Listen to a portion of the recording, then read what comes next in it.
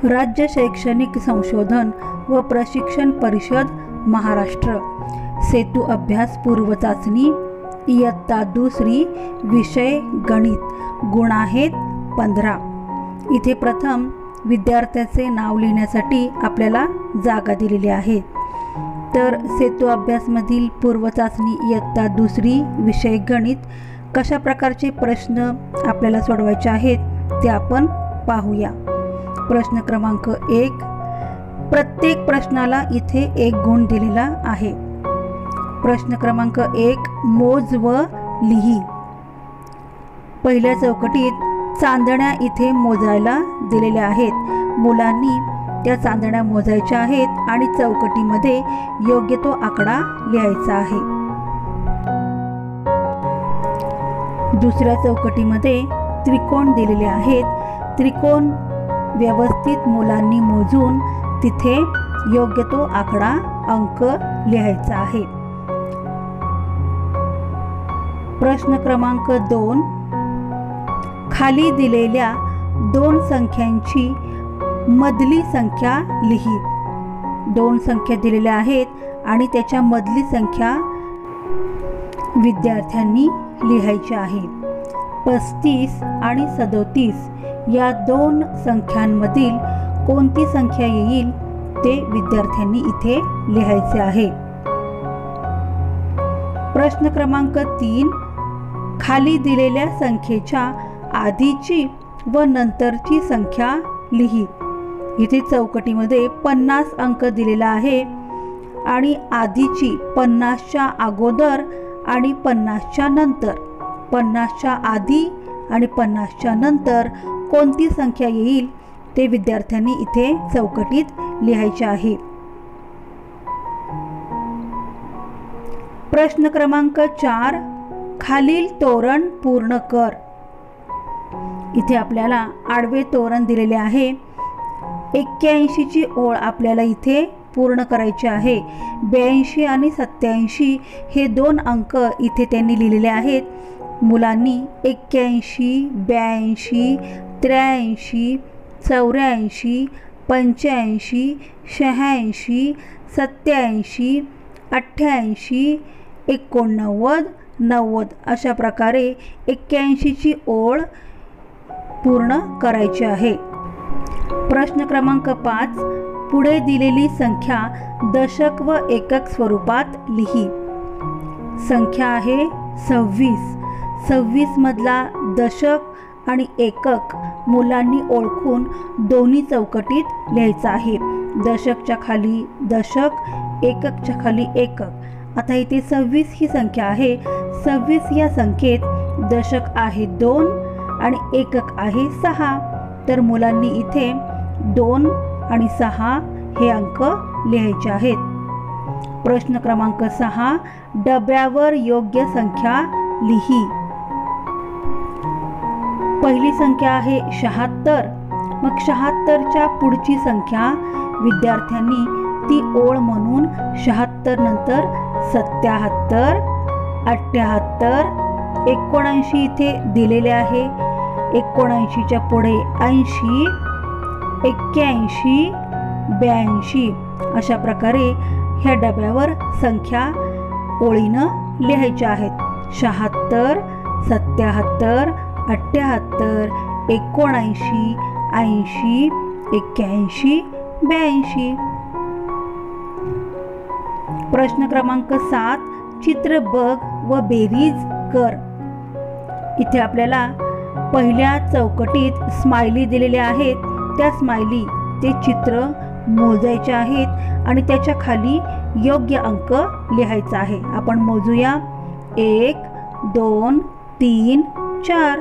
मग खाली 4 हा अंक लिहायचा आहे। आता पुढची चौकट आपण पाहू।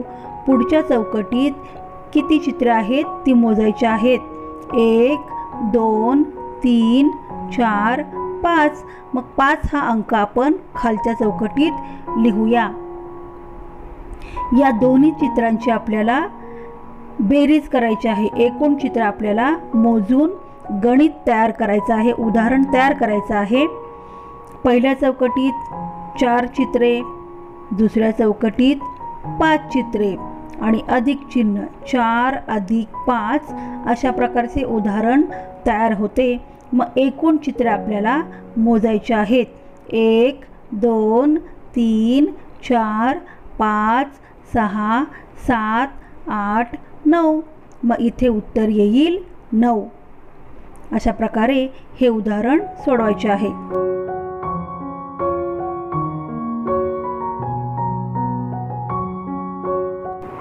प्रश्न क्रमांक 8. चित्र बघ व वजाबाकी कर. प्रथम आपण चौकटीतली चित्र मोजून संख्या खाली लिहायची आहे. इथे आता चांदण्या मोजूया आणि योग्य ती संख्या खाली लिहूया. 1 2 3 4 5 6 7 8.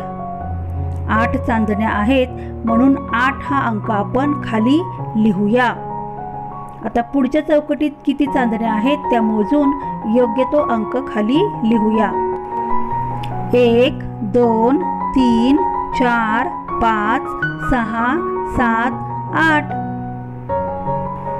8 चांदण्यांपैकी त्यांनी 3 चांदण्यांवर खाट मारलेली आहे. 8 मधून 3 चांदण्या कमी करायच्या आहेत. मग खाली किती शिल्लक राहिल्या तेवढ्या मोजून आपल्याला खालच्या चौकटीत लिहायच्या आहेत. 1 2 3 4 5. 5 राहिल्या म्हणून खाली 5 हा अंक लिहायचा आहे. म्हणजे गणित काय तयार झाले? 8 वजा 5. अशा प्रकारचे वजाबाकीचे उदाहरण इथे तयार झालेले आहे. ते आपण इथे लिहायचे आहे. प्रश्न क्रमांक 9. अमोलकडे 4 खडू होते. संगीताने त्याला अजून 3 खडू दिले. आता अमोलकडे एकूण किती खडू झाले? तोंडी उदाहरण प्रथम मुलांना समजावून सांगायचे आहे. एका हातात आपण 4 खडू घेऊ शकता आणि दुसऱ्या हातात 3 खडू घेऊन मुलांना हे उदाहरण समजावून सांगून त्यांच्याकडून उत्तर काढून घेऊ शकता. 4 खडू आणि संगीताने आणखीन 3 खडू दिले. मग एकूण खडू मुलांना मोजून मग उत्तर मुलांना इथे चौकटीत लिहायला सांगू शकता. अमोलकडे 4 खडू होते. संगीताने अजून त्याला 3 खडू दिले. आता अमोलकडे एकूण 7 खडू झाले. मग 7 हा अंक आपण चौकटीत इथे लिहायला सांगू शकतो. प्रश्न क्रमांक 10. प्रश्न क्रमांक 10. घरात 9 कप होते. त्यातील 2 कप दादाकडून फुटले. तर आता घरात किती कप शिल्लक राहिले? कप होते एकूण 9. 9 कपाची चित्र आपण फळ्यावर काढू शकतो आणि त्यातील 2 कप फुटले. मग 2 कपावर खाट मारून आपण एकूण किती कप शिल्लक राहिले हे मुलांना विचारू शकतो आणि त्यांच्याकडून उत्तर काढून घेऊ शकतो. 9 कप होते त्यातील 2 कप फुटले. म्हणजे घरात 9 कप होते त्यातील 2 कप दादाकडून फुटले. तर आता घरात किती कप शिल्लक राहिले? 7. एकूण उत्तर आलं 7. तर 7 कप शिल्लक राहिले. मग या चौकटीत आपण 7 हा अंक लिहू शकतो. प्रश्न क्रमांक 11. लांब पेन्सिल खालील चौकट रंगव. इथे 2 पेन्सिली आपल्याला दिसत आहेत. त्यातील लांब पेन्सिल कोणती आहे त्या खालची चौकट इथे रंगवायची आहे. इथे चौकट दिसत आहे. लांब पेन्सिली खालील चौकट रंगवायची आहे.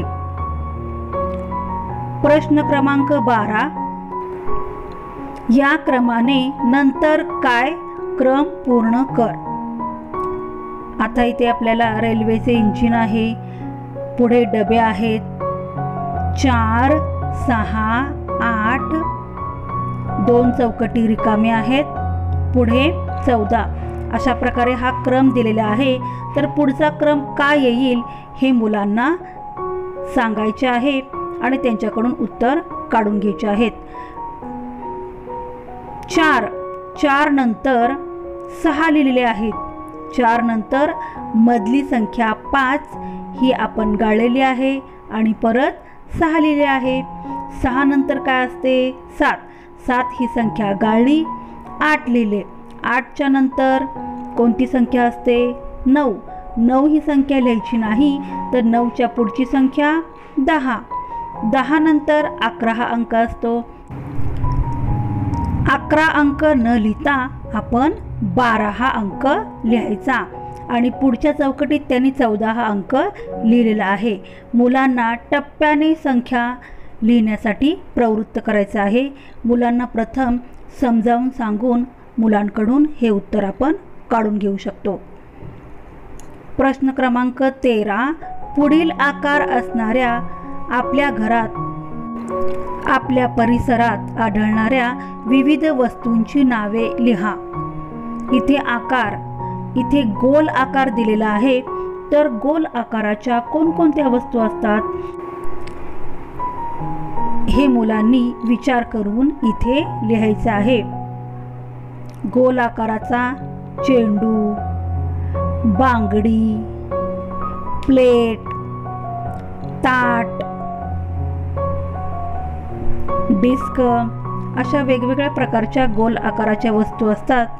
त्या मुलांनी विचार करून इथे वस्तूचे नाव लिहायचे आहे. प्रश्न क्रमांक 14. पुढील रुपये वेगवेगळ्या पद्धतीने नाणी व नोटा वापरून कसे मांडता येईल विचार कर व मांड. आपल्याला इथे वर नाणी आणि नोटा दिलेल्या आहेत.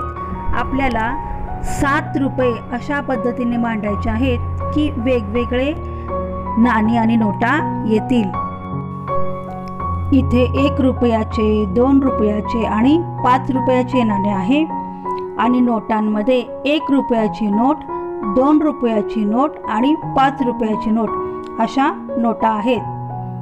तर मुलांना प्रथम नोटा, नाणी हाताळायला देऊन 7 रुपये कसे होतील हे वेगवेगळ्या पद्धतीने त्यांच्याकडून आपण उत्तर काढून घेऊ शकता आणि त्यांनी मांडणी योग्य पद्धतीने केली तर मुलांना इथे आपण गुण देऊ शकतो.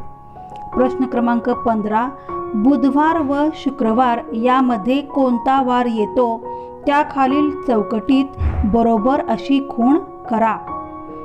प्रथम वारांची नावे मुलांकडून आपण ओळीने म्हणून घेऊ शकतो आणि बुधवार नंतर कोणता वार येतो हे मुलांना प्रश्न विचारून बरोबर उत्तराच्या खाली चौकटीत बरोबर चिन्ह लिहायचे आहे.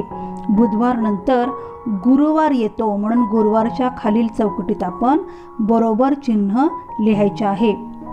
अशा प्रकारे आपण सेतू अभ्यासपूर्व चाचणी विषय गणित इयत्ता 2 यामधील प्रश्नपत्रिकेतील प्रश्नांचा आपण सराव केला. ही चाचणी विद्यार्थ्यांच्या सरावासाठी आहे. यासारखे शैक्षणिक व्हिडिओ पाहण्यासाठी चॅनलला सबस्क्राईब करायला विसरू नका. धन्यवाद.